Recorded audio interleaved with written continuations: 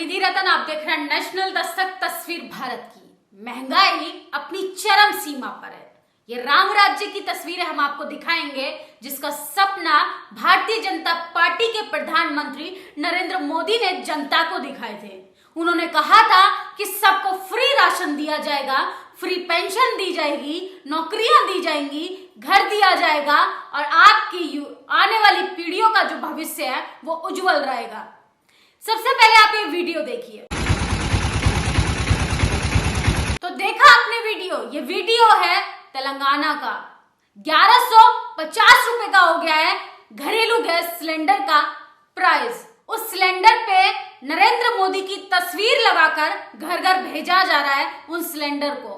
लोग महंगाई से इस कदर परेशान है कि सिलेंडर के दौरान वो विरोध कर रहे हैं भारतीय जनता पार्टी का, वो विरोध कर रहे हैं भारतीय जनता पार्टी की नीतियों का, वो विरोध कर रहे हैं भारतीय जनता पार्टी के नरेंद्र मोदी ने जो सपना जनता को दिखाया था कि आपको सब कुछ सस्ता मिलेगा, महंगाई से मुक्ति मिलेगी, आपको भ्रष्टाचार से मुक्ति मिलेगी, आपको काला धन ला कर देंगे, आपको अच्छे दिन ला कर देंगे। क्या यही अच्छे दिन है कि ये नौबत आ गई है कि घर घर में भेजे जाने वाला सिलेंडर पे नरेंद्र मोदी का फोटो लगा है और उस पे बाइकॉट बीजेपी लिखा है और उस पे सिलेंडर का प्राइस 1150 रुपए लिखा है।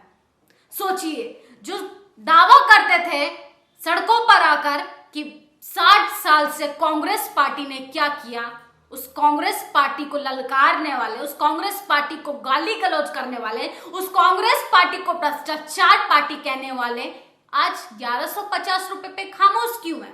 कहां गई वो महिला जो सड़कों पर तांडव करती थी, मनमोहन सिंह को चूड़ियां भिजवाती थी, मनमोहन सिंह के खिलाफ नारेबाजी करती थी और सिलेंडर लेके, तराजू लेकर, लौकी खीरा लेकर सड़कों पे महंगाई के खिलाफ धरना प्रदर्शन करती थी। सोचिए, 78 सांसद महिलाएं हैं, ना महंगाई पर वो कुछ कहती हैं, ना महिलाओं के बलात्कार पर कुछ कहती हैं, ना भ्रष्टाचार पर कुछ कहती हैं, और आज उन होठों पर खामोशी क्यों, जब उन्हीं के पार्टी के लोगों ने महंगाई के दाम बढ़ा दिए। आपने वो खबर सुनी कि शौचालय करने पर आपको जीएसटी देनी पड़ेगी, खाने पीने की चीजों पे जीएसटी लगना, यहां तक तो ठीक था। अब आप मलमूत्र भी सरकार की मर्जी से निकालेंगे अपने अंदर से, क्योंकि सरकार ने उस पर भी जीएसटी लगा दिया। देखा आपने किस तरीके से इस देश का निजीकरण हो रहा है, इस देश को कॉर्पोरेट घरानों के हाथ में किस तरीके से बेच रही है हमारी सरकार। एक तरफ तो दावा करती है कि भारत के युवाओं को रोजगार दिया जाएगा, महंगाई के दाम कम किए जाएंगे। निर्मला सीतारमण जो वित्त मंत्री है हमारे देश की, वो लाल कलर की फाइल लेके फोटोशूट कराती हैं। क्या उस लाल फाइल में जो मौजूद कागज है उसमें आम जनता के लिए क्या है कि आम जनता के लिए दूध के प्राइस पे भी जीएसटी, ब्रेड पे भी जीएसटी, आपकी थाली में जो रोटी आ रही है उसका 1/3 हिस्सा आपको सरकार को देना पड़ेगा। जिसको जीएसटी का नाम दिया वो असल में लगान है, और वही लगान वसूल रही है भारतीय जनता पार्टी। आज भारतीय जनता पार्टी के खिलाफ दिल्ली में महारैली हो रही है, महंगाई के खिलाफ हल्ला बोल किया जा रहा है कांग्रेस के द्वारा। 2 लाख से ज्यादा लोग मौजूद हुए हैं रामलीला ग्राउंड में। सोचिए, सरकार की नाकामियां इस तरीके से सामने आ गई है कि सरकार को एक्सपोज करने के लिए विपक्ष पार्टियां सड़कों पर उतर गई हैं।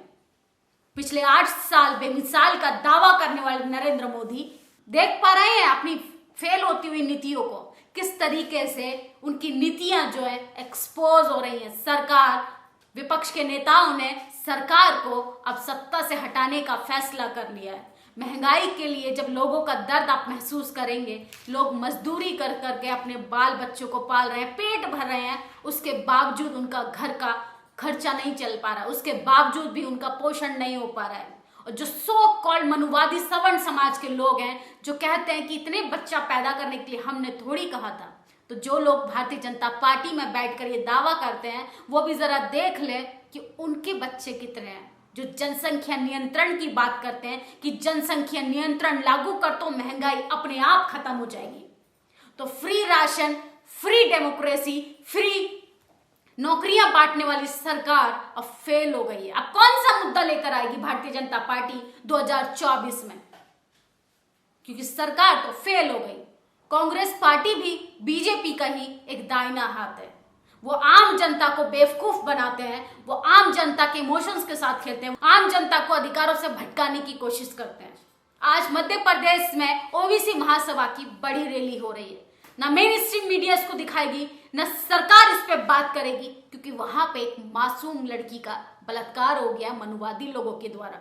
मनुवादी लोगों के सपोर्ट में लोग वहां पे धरना कर रहे हैं। ओबीसी महासभा ने मनुवादी समाज को बाइकआउट करने का प्रचलन चलाया है। ये फैसला क्या है कि किसी भी पोगा पंडित को हम अपने किसी भी प्रोग्राम में, किसी भी आयोजन में नहीं बुलाएंगे, और ऐसा कोई व्यक्ति करता है तो उस पर 5,000 रुपए का जुर्माना लगाया जाएगा। सरकार इस पे बात करेगी, मेन स्ट्रीम मीडिया कहीं इसको दिखाएगी। मेन स्ट्रीम मीडिया भी विपक्ष की वो चीजें दिखाएगी जो सरकार के हित में है। महंगाई पे हल्ला बोल हो रहा है, उसी कांग्रेस पार्टी के राज्य में महिलाओं का चीरहरण हो रहा है। लोगों को आज भी जाति के आधार पे दंड दिया जाता है, जाति के आधार पे उनके साथ उत्पीड़न होता है। जिस तरीके से ये दिल्ली के ग्राउंड में, रामलीला ग्राउंड में महंगाई पर हल्ला बोल कर रहे हैं। महंगाई वाकई में मुद्दा है।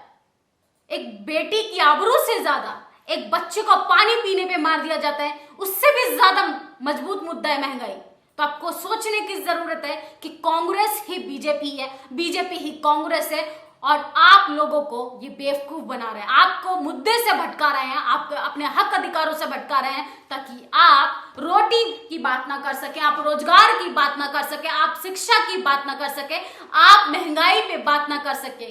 महंगाई पे विपक्ष अब सड़कों पर आ गई है। 60 साल से जो सरकार सत्ता का मजा ले रही थी, आज उसे बीजेपी की वो बातें बुरी लग रही है। बीजेपी वही कर रही है जिसकी शुरुआत कांग्रेस पार्टी ने की थी। मंदिर मस्जिद का मुद्दा हो, तमाम तरीके के सांप्रदायिक दंगों की बात करें तो कांग्रेस पार्टी ने कोई कसर नहीं छोड़ी। आज वो दूध की धुली बनने का नाटक कर रही है। आप इस वीडियो को अगर कहीं से देख रहे हैं तो आप मुझे कमेंट बॉक्स में जरूर बताएं कि महंगाई से ज्यादा किसी बच्ची की आबरू लूटी जा रही है, क्या महंगाई जरूरी है? आप मुझे कमेंट बॉक्स में जरूर बताएं कि ओबीसी महासभा का बड़ी रैली हो रही है। लोग 2 लाख से भी ज्यादा लोग सड़कों पर एकजुट हुए हैं। सागर में ये रैली की जा रही है और इसकी कहीं खबर नहीं है। जाति के आधार पे यहाँ रैलियां की जाती है, जाति के आधार पे यहाँ राजनीतिक पार्टियां बनाई जाती हैं, जाति के आधार पे यहाँ फैसले सुनाए जाते हैं, जाति के आधार पे आपके बच्चों को, आपके आने वाली पीढ़ी को न्याय दिया जाता है, और आप कहते हैं कि जातिवाद खत्म हो गया है। आप मुझे बताएं कि जातिवाद खत्म होना चाहिए कि महंगाई खत्म होनी चाहिए? शुक्रिया।